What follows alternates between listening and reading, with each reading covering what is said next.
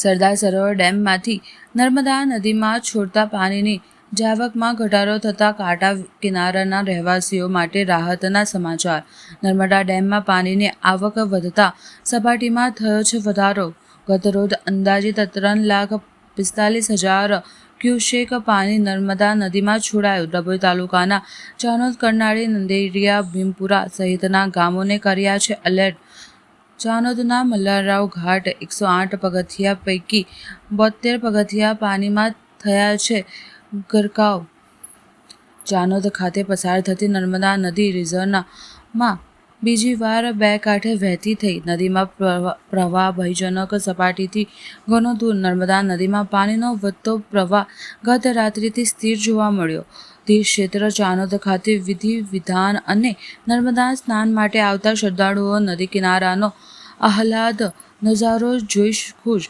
Sardar Sarovar dam 15 દરવાજા ખોલી છોડવામાં આવતા પાણીમાં કરાયો ઘટાડો।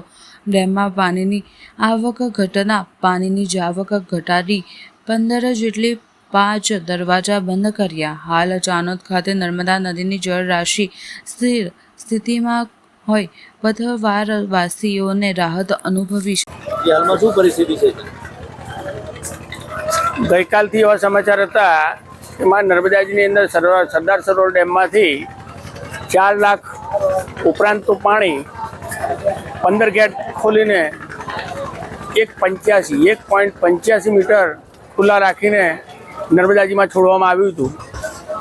એને લઈને નીચાણવાળા વિસ્તારની અંદર ઘણા ગામોના લોકો ચિંતિત હતા, પણ થર્ડ ઓથોરિટી કંટ્રોલ જે નર્મદા નિગમના માણસોનો જે દીર્ઘ દ્રષ્ટિ વિચારી અને થોડા ગાળે પાણી છોડવાનું નક્કી કરી આજે 5 ગેટ બંધ કર્યા અને પાણીનો ફ્લો ઓછો કરી દીધો અને ધીરે ધીરે પાણી કાઢે છે। એને લઈને યાત્રિકો અને સાથે સાથે નીચાણવાળા વિસ્તારના બધા રહેણાંકવાળા ઈસમોને ચિંતામુક્ત થયા છે કે હવે કંઈ જળ સંકટ આવવાનું નથી। અને અત્યારે પણ પાણી ઘટી રહ્યું છે। 10 ગેટની અંદરથી થોડો પાણીનો પ્રવાહ લગભગ 1 લાખ ક્યુસેક જેટલું કન્ટિન્યુ રાખ્યું છે અને પાણી તો વહ્યા જ કરે છે। માં નર્મદાજીની અંદર એટલું બધું પાણી હવે કોઈ જોખમકારક આવ્યું નથી અને છે પણ નહીં। અને આ લોકો પદ્ધતિસર જે પાણીનો નિકાલ કરે છે એના થકી નીચાણવાળા બધા વિસ્તારના ઈસમો નિશ્ચિંત બન્યા છે અને રાબેતા મુજબ ચાણોદનો યાત્રિકો માટેનો પણ વ્યવહાર ચાલુ છે। યાત્રિકો પણ એનાથી ખુશ છે। આ યાત્રાધામ એવું છે કે દરેક માણસે અંત્યેષ્ટિ કર્મ કે ઉત્તર ક્રિયા કરવા માટે ચાણોદ આવવું જ પડે અને એના માટે પણ દિવસોને અનુસરીને જ ચાલવું પડે। તે બધાને અત્યારે સરળતા પડી ગઈ છે, એટલે એ લોકો પણ યાત્રિકો પણ આનંદની લાગણી અનુભવે છે।